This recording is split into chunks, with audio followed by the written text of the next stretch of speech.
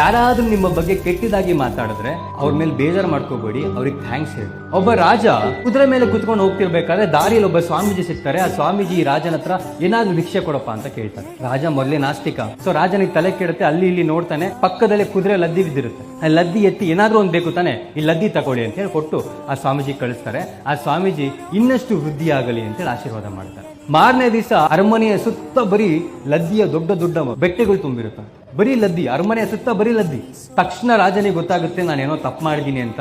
ಅವ್ರು ಓಡ್ ಹೋಗಿ ಸ್ವಾಮೀಜಿ ಹತ್ರ ಕೇಳ್ತಾರಂತೆ, ನಾನು ಲದ್ದಿ ಕೊಟ್ಟು ತಪ್ಪು ಮಾಡಿದೆ, ಇದರಿಂದ ನನಗೆ ಪರಿಹಾರವನ್ನು ಕೊಡಿ ಅಂತ. ಆಗ ಸ್ವಾಮೀಜಿ ಹೇಳ್ತಾರಂತೆ, ಇದಕ್ಕೊಂದು ಪರಿಹಾರವನ್ನು ಕೊಡ್ತೀನಿ, ಬಟ್ ಯಾಕೆ ಏನು ಅಂತ ಕೇಳಿದ್ರೆ ಸುಮ್ಮನೆ ನೀನು ಮಾಡಬೇಕು ಅಂತ. ಸರಿ ಅಂತಾನೆ ರಾಜ. ಅವಾಗ ಸ್ವಾಮೀಜಿ ಹೇಳ್ತಾರೆ, ನಿನ್ನ ಪ್ರಜೆಗಳೆಲ್ಲರೂ ಕೂಡ ನಿನ್ನ ಬಗ್ಗೆ ಕೆಟ್ಟದಾಗಿ ಮಾತಾಡಬೇಕು, ಆ ಥರ ಏನಾದ್ರು ಮಾಡುವಂತ. ರಾಜ ಏನ್ ಮಾಡ್ತಾನೆ, ಇಡೀ ರಾಜ್ಯದ ತುಂಬಾ ಅವನ ಬಗ್ಗೆ ಕೆಟ್ಟ ಕೆಟ್ಟ ವಿಚಾರಗಳನ್ನ ಹಬ್ಬವಾಗಿ ಮಾಡ್ತಾನೆ.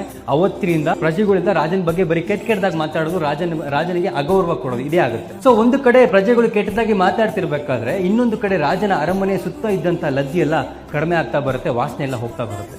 ಆಗ ರಾಜ ಮತ್ತೆ ಸ್ವಾಮೀಜಿ ಹತ್ರ ಓಡೋಕೆ ಹೇಳ್ತಾನಂತೆ, ಸ್ವಾಮೀಜಿ ನೀವು ಯಾಕೆ ಈ ರೀತಿ ಹೇಳಿದ್ದು ನನಗೆ ತಿಳಿಸಿ ಅಂತ. ಆಗ ಸ್ವಾಮೀಜಿ ಹೇಳ್ತಾರಂತೆ, ಇನ್ನ ಬಗ್ಗೆ ಯಾವಾಗ ಜನಗಳು ಕೆಟ್ಟದಾಗಿ ಮಾತಾಡ್ತಿದ್ರೋ ಆ ಜನಗಳು ನಿನ್ನ ಕೆಟ್ಟ ಕರ್ಮಗಳನ್ನೆಲ್ಲ ತಗೊಂಡು ಹೋಗ್ತಿದ್ರು. ಆಡಿದವರ ಪಾಪ ಆಡಿದವರ ಬಾಯಲ್ಲಿ ಅಂತ.